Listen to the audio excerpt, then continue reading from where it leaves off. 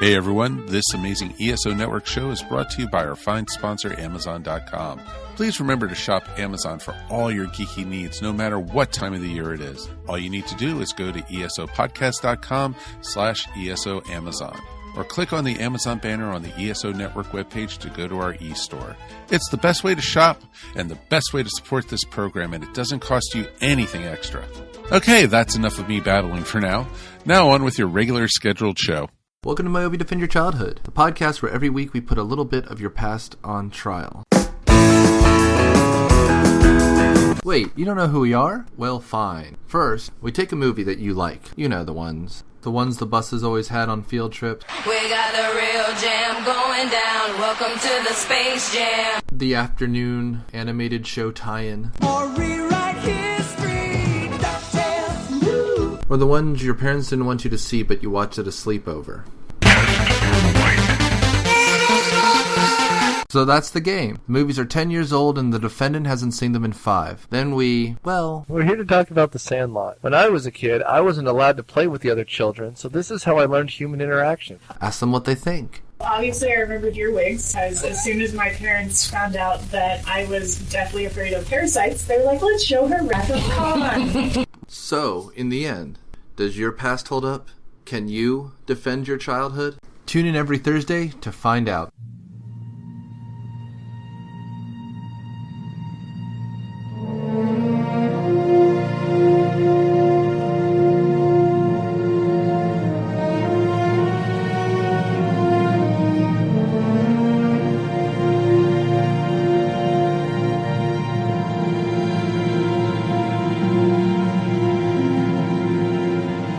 Hello, and welcome again to the Monster Sci-Fi Show podcast.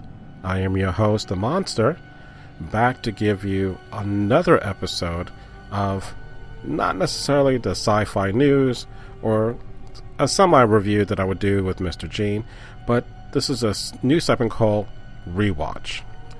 As I've done before with the Green Lantern, this is now my second episode.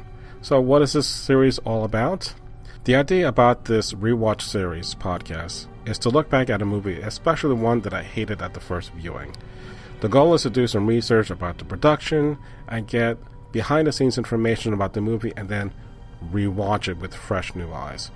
So, with my analysis of my brilliant and superior mind, I will answer this simple question: can you rewatch this movie again? So one of the things that I'm going to do at the end of my review and this podcast is give you 2 audio clips to give my final decision. So the first one is going to be a nay, which is going to be from Time Bandits, and then a yay will be from Ace Ventura. So a quick clip of those 2, either one, will let you know what my decision is at the very end. So please remember, everyone has a right to like what they like, and this is just only my opinion. The second movie chosen for this series is Disney's 2012 John Carter. I hope you've finished your cupcakes, and I hope that teaser, I think that perfectly captures the feel of John Carter, and which we're still working on feverishly to get out for March 2012. I'm excited to introduce to you the stars of John Carter. First up is my hero, soon to be yours, Taylor Kitsch as John Carter.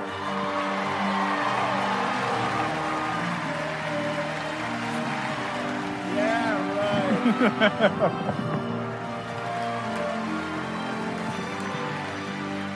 right. All right. Next is always the beautiful and passionate Lynn Collins as Princess Deja Thoris.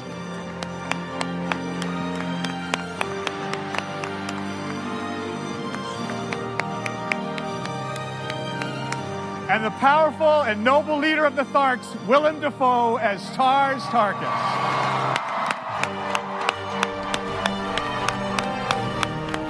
All right, so that was from D23, which is the expo that Disney has every year. So let's go into some of the background.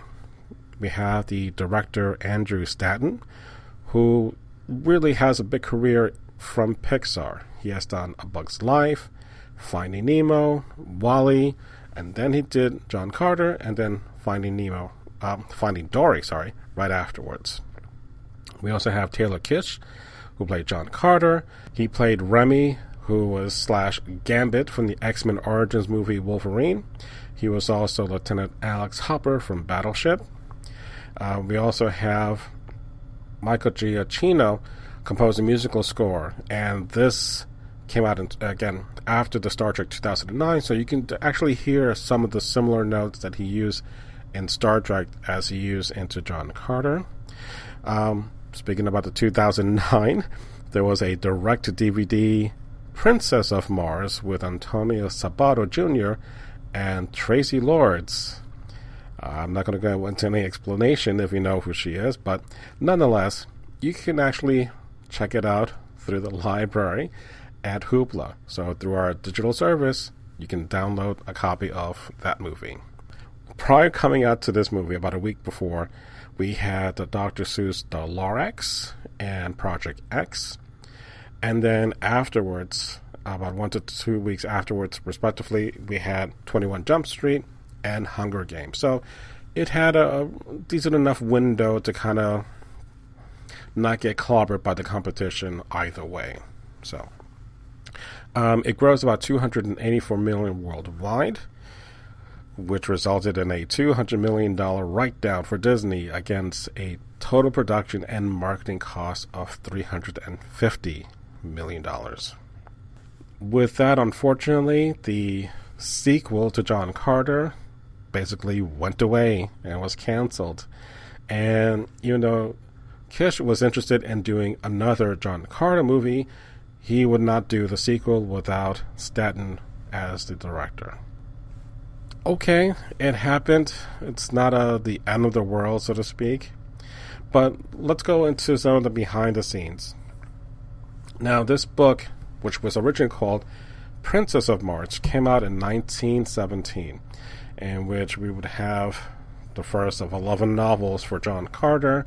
So at one time, all the way back then, there was interest in doing an animated version of John Carter. So in 1931, the Looney Tunes director, Bob Clampett, had approached Edgar Rice Burroughs to actually come up and to want to adapt The Princess of Mars into a full-length animated film. So it would have involved a lot of rotoscoping, which are basically hand-drawn techniques to capture movements. That was kind of interesting. The test footage was produced in 1936, which got pretty much negative reactions and pretty much shut down the idea of having an animated movie. Had this been done correctly, or had it gone forward, it would have been the first animated movie, full-length movie, before Walt Disney's Snow White and the Seven Dwarfs. So during the 1950s, the very famous Ray Harryhausen has expressed an interest in filming the novels. And in the 90s, Mary Kassar, who produced Total Recall, had brought the rights for Disney and was looking to have it done by numerous people, and it failed many times. When it went to Paramount, even Robert Rodriguez was interested in to direct this, and I think the last person that was attached to this was Jon Favreau in 2005, and had left the project and didn't give a reason for that. But again, it's gone through so many different hands that this was not an easy project to put onto the screen. One of the things that I've also noticed is that a lot of the influences that we see in Avatar or Star Wars or more the big sci-fi blockbuster movies, those elements came from the novels. Even Dune can pay homage to John Carter of Mars. So trying to get that element of capturing the essence of that book into things that already have been done differently, it was no easy task. So Andrew Staten took up the mantle in 2008, who grew up reading John Carter. So one of the problems that he had is that he had less time to do pre-production than his usual animated projects. So even though he has a good film background, it's kind of different in the sense of what he was trying to accomplish, which was a mixture of CGI and live action. Now, one of the other things that I try to do is to see if there was any problems with casting. We have Willem Dafoe, we have Lynn Collins, and of course Taylor Kitsch. All great actors, and I had no problems what they had to work with. So, again, not much of an issue there. Next, I try to go to look for the screenplay for John Carter to see what was left off or what was done differently. Unfortunately, could not find a copy anywhere. So, unfortunately, there was not much to go there with. All right, what were the reviews? Well, went again to Rotten Tomatoes. Critics gave it a 51%, and audiences gave it a 60%. So pretty close to matching likeness on both ends. So let's start off with a couple of reviews. This is starting with critics. One called it a mess. Another wrote, where John Carter continually gets it right is pacing, levity, and the breadth of story. Another review says, even if Edgar Rice Burroughs' 11-volume series is adapted by its 3 screenwriters into a nonsensical mess, then it should be at least a visual feast, right? Hardly. So that was from the critics. And for the audiences, one wrote saying this is a fun movie to watch, funny with good explanations of the science that they used, and not too sappy with the love story. It wasn't hard for me to suspend my disbelief watching this. John took a longer time to come around and to be not so dry, but once he did, he was a pretty cool character to watch. John Carter must have been pretty cool at the time when the books were released, but like with so many things, including Star Wars and Dune, have been ripped off or inspired by John Carter, so revisiting the John Carter tale in these modern movie times seemed dull and tired. Alright, so let me go ahead and play the trailer to John Carter. Mr. Burroughs, I'm afraid I bring sad tidings. Your uncle's passing came as a shock to all of us.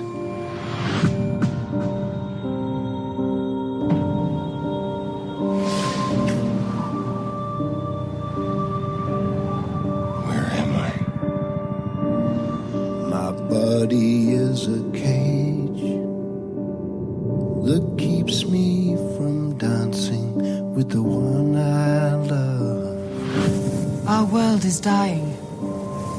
Fate has brought you here, John Carter. My mind holds the key. You may be the only one who can save us.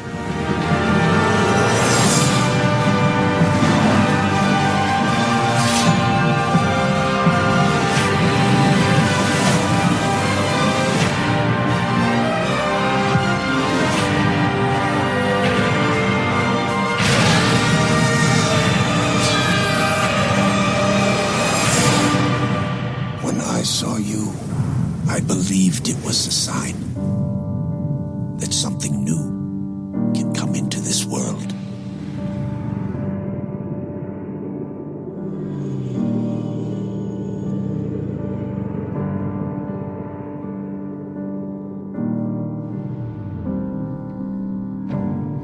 All right, so let's start off with the production problems. And it really boils down to not so much problems with special effects, green screen, reshoots. It really has to do more with marketing. One of the things that happened before was that because of the title Mars, didn't help the fact that you had other movies like Mission to Mars, Red Planet, Ghost of Mars, and Mars Needs Moms, which is done a year before the release of John Carter. So when it came down to producing and market this movie, because again, it's referred to as John Carter of Mars, they decided, let's drop the Mars parts, so it's just John Carter. You could argue that he did not become John Carter of Mars until the very end in the course of the story. But the trailer also really didn't give enough detail as to who this person is, how did he get there, or what's the idea behind this movie, other than the CGI eye candy fest that you're going to be subject to. I think this is probably what was hindering the big success of John Carter, is you have a setting in Mars, and yet you can't advertise it that it's a movie that says that it is taking place on Mars. So it's a good case study to look at as far as trying to work with early buzz to help propel your property to get out into the masses and have this fever pitch fanboy reaction that you really want to have, like for a new Star Wars movie, that everyone watches the internet and looks at that trailer over and over again and posts it on Facebook or Twitter or whatever social media they use. That's what you want to have happen, but again, that didn't really happen with John Carter. That's about it. Again, casting was not an issue. I liked the chemistry between Taylor and Lynn. Again, I could not find the screenplay to see if there was anything different that they left out. So, what was the good thing that I liked about this? Aha! Subtitles. One of the things that I hated watching the first movie was there were a lot of different terms that just were hard to understand who or what they were referring to. So watching this movie again with subtitles, 100% better. That was a major improvement. Now, I'm not going to go to every single movie to watch subtitles, but it really kind of helps flesh out stuff that are just going right over your head. One of the other things, too, that I wasn't clear about were, aside from the people that are kind of orangey, reddish people, and the green people, the Tharks. So you had two types of Martians, the Tharks, who had 4 arms, and then you had the normal humanoid that looked like us, except they were reddish. So they were referred to as the Red Martians, which is what Deja Thoris is. And then you had the Green Martians, the Tharks. And then in the mix, you had the pasty, bald-head people, the Therns, which, again, what the hell's a Thern? Thank you, Subtitles. Now I can see what you were going with. And also, too, in the initial fighting with the Martians, the Red Martians are fighting. There are 2 color banners. There's a blue banner and there's a red banner. The red banner are the bad guys and the blue ones are the good guys. So if you didn't have those 2 banners on the ship and they were fighting with each other, then they were looking exactly like. That was the negative thing that I didn't like, because you didn't have that.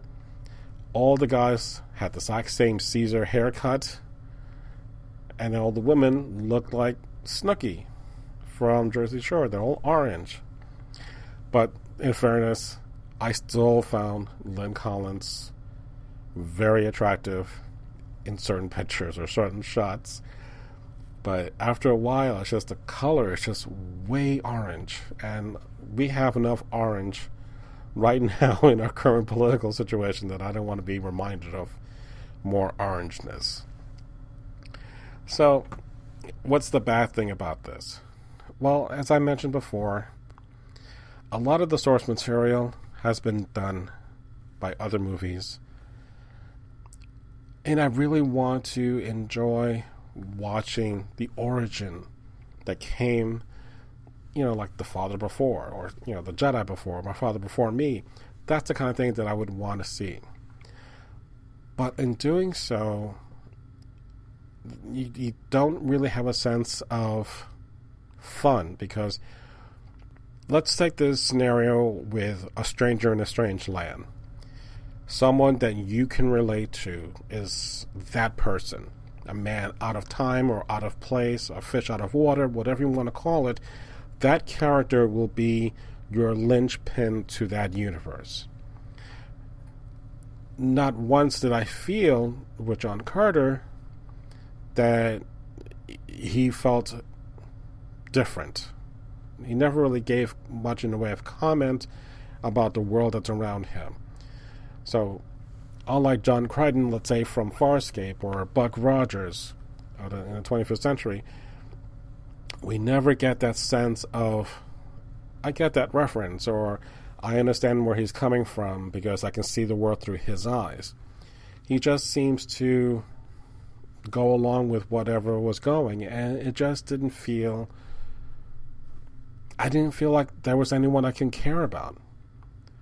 So other than Deja Thorez, again, very attractive on the screen, and she had some presence, and again, Taylor as John Carter has presence, but the character itself was just very one-dimensional.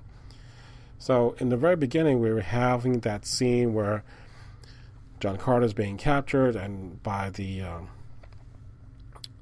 military that he's being arraigned on and thrown in jail. He's got a mean streak to kind of rebel, so to speak. But even with that, it kind of gets, it doesn't go anywhere after that when he gets onto Barsoom, which is Mars. So the only type of moment that is a little too much, but I enjoyed that scene very much, is that we see John Carter fighting, and he's slaying all these other Tharks left and right, and in a fury of storm, and they're all dying all around him. And then we see cuts of when he was too late to help his family. So you kind of get that sense of what he was fighting for, was he didn't want to have this happen again to this new kind of family, so to speak. So the music kind of works in that sense, and the visuals are great. So, a lot of those elements that he is super strong and he can do this literally almost by himself. Well, if you did it for that one moment, why couldn't you just keep continuing that and be the hero of the story? So it just seems as if he just kind of pulled back this greatness that he's able to do because he's on a lighter planet because of the gravity. Sure, there were some funny moments at the beginning where he was trying to acclimate to this new atmosphere, which he didn't even comment. And later on, we'll find out that he's on a different world, but it didn't seem to almost faze him. So that was the kind of thing that it bothered me. And normally, I can let things go, but it seems that if he didn't care, I didn't care, and the rest is just CGI candy that I'm like, I can do without. Alright, so now it's time for my verdict. Return what you have stolen from me. Well, unfortunately, this is not going to get a pass. I really tried to get through it. I think the first 20 minutes I was kind of in it. But again, what helped me at least get through it was because of the subtitles. But visually, it does more in a way of distracting rather than complementing what we had to work with the actors. Everything kind of looked the same to me, and again, I couldn't care less about anyone. In fairness to Taylor, Battleship, a movie that I hated at first, I grew to actually like Battleship now. It's stupid, brainless fun, but it's very well done, and it's very simplistic. It doesn't have to explain that who the hell are these aliens, other than they're here to kind of wreak havoc. So it was not as convoluted as the different warring factions that you had on Mars. So it didn't have to go through all that to be entertaining. But unfortunately, it is what it is, and we're not going to get a sequel. We're not going to get anything different in the future, at least not in the foreseeable future. So, all right, well, that does it for this podcast. Hopefully one day I'll come across another movie that I will rewatch, and, we'll see. It will get better. But for right now, no. I'm sorry to say that. So this is 2 in a row that I've not been happy with the progression of rewatching something. Hopefully in the next rewatch episode, which is going to be coming out in June, it's going to be Hulk, the Ang Lee's version of Hulk. So that's the next rewatch. So we'll see what happens. There has to be a winner somewhere, right? Alright, so I hope you enjoyed this podcast. You can always email me at monsterscifishow@gmail.com. Follow me on the various social networks. Again, let me know what you think, your thoughts, your opinions, your concerns, anything. I am open to hear from you. So, thank you very much for listening to the Monster Sci-Fi Show podcast. Sci-fi from a certain point of view. Good night.